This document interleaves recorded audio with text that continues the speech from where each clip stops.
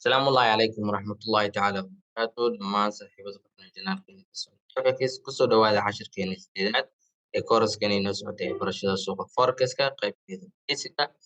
haddii aad tahay saaxiib nagu cusub waxaa kaa codsan inaan ugu soo dhawaatay janaalkana subscribe like share comment haddii aad tahay saaxiibada hore noo joogin waxaa kaa codsanaya inaa janaalka subscribe oo like comment-ga ee market analysis oo ah inaan falanqeeno suuqi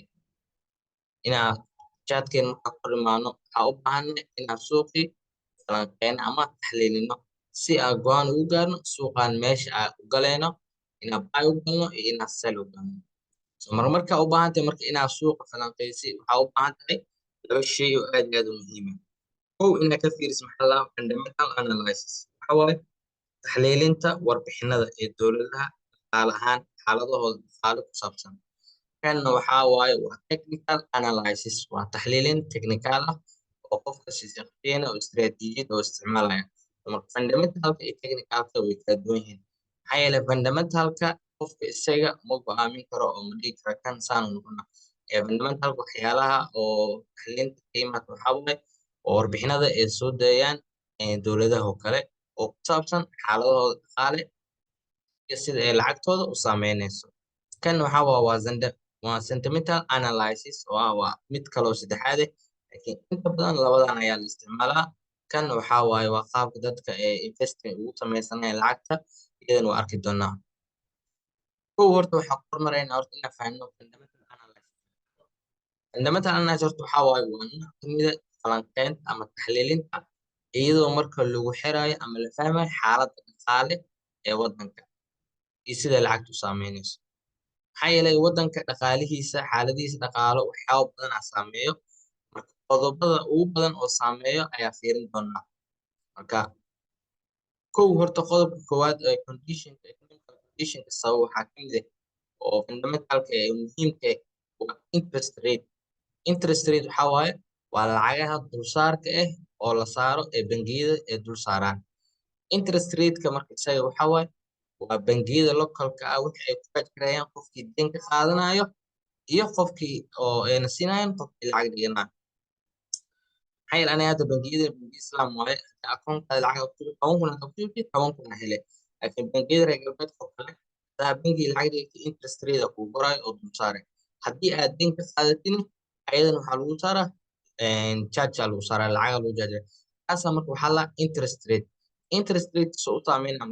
mar walbo oo dadka deyn ay qaataan interest rate-ka badanayo dadkii markii oo lacagaha haysta waxay sameynayaan bangiga ay dhiganayaan si lacagahooda ay u siyaado dowladda bangiga dhexe muxuu sameynaya marka marna interest rate-ka hoos u dhigaa marna kor u qaadaa sababta u sameynaya inuu ilaaliyo lacagtiisa qiimaheeda inuu ilaaliyo maxaa yeelay haddii dadkii dhan ay lacagahooda bangiga ay keensadaan oo dulsaar leh uu korayo waxaa maxaa yeelay qofka wuxuu u jeedaa fursadda in lacagtiisa meel ay u taalo lacagtiisana ay lacag usii dhalayso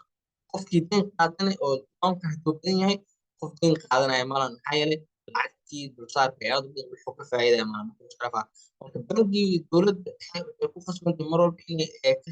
interest rate-keeda ama inay kor u qaado ama inay hoos u qaado si maxaa la iskugu manage garayso lacagteeda dhaqdhaqaaq so ayadana aad iyo aad mid aad iyo aad muhiim ah waaye interest rate-kane mar xiliyo kala duwan aa lasoo dayaa labada bilba ama saddexda bilbo maraa lasoo dayaa oo dowladda soo saarta qodobka kale oo aadka muhiimka ah waxaa waaye oo lacagta saameynaya dhaqaalaheeda waa employment statisticska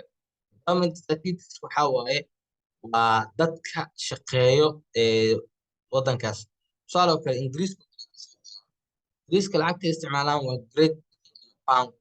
haddii marka ingiriiska employment iyo statisticska soo baxdo haddii ay sheegayso dadka shaqeeya iyo dadka aan shaqeynin inay bataan dadka aan shaqeynin it means waxaa waaye lacagtaas qiimaheeda aad u hoos maraa maxaa yeelay dadkii wax ma iibsan karaan maxaa yeelay waxay wax ku iibsadaan lacag wax ku iibsadaan ma haystaan dowladda marka mar walbo oo heerka shaqaalaha ee aad u badanta shaqo la'aanta lacagta way saameynaya haddii dadka shaqeeyo ay aad u badan yihiin dadka aan shaqeynin ay yar yihiinna sidoo kale lacagtana aad ay u caawinaya maxaa yeelay dadkii lacagaa soo galayso qofkii lacagta markuu soo galo wuxuu bilaabaa inuu isticmaalo, inuu bangi lacag gato, inuu guri gato, inuu maxaa la dhahaa suuq imaado, noloshiisa wixii uu cuni lahaa oo sameeyo. Marka lacagtaas wareeganaysa marka waxay sameynaya qiimay sameynaya. Marka economic statistics aad ayuu muhiim u yahay, waa qodob kale oo dhaqaalaha saameeyay lacagtaba.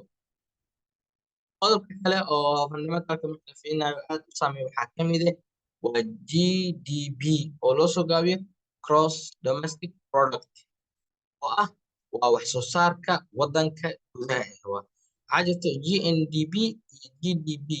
GNDP waxaa waa Gross National Product, oo ah waa wixii Ingiriis sheegto oo ama Ingiriis ah oo adduunyada shirkado ku leh wax soo saarkooda la xisaabinaa. Laakiin hadda waxaa la fiirinaa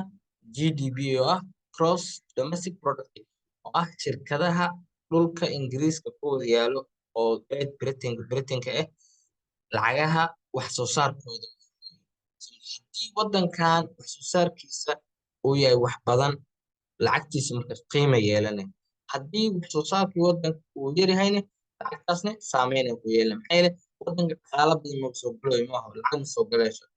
Haddii lacag soo galay marka aad ay lacagta qiimaheeda hoos u dhacay, suuqii saameyn ku yeelan. Laakiin haddii wadankii wax soo saarayo, wax soo saarkii marka dadkii kale oo dibadaha ka imaanayo oo wax ka iibsanayo kala productkan isticmaalo oo iibsanayo wadanka waxay soo gelinayaan lacago badan ay soo gelinayaan. Marka ayadana waa qodob kale aad muhiim u ah. sidoo kale waxyaalaha oo fundamentalka aad u saameeya waxaa ka mid ah waa political causes oo lacagaha saameyn ku leh.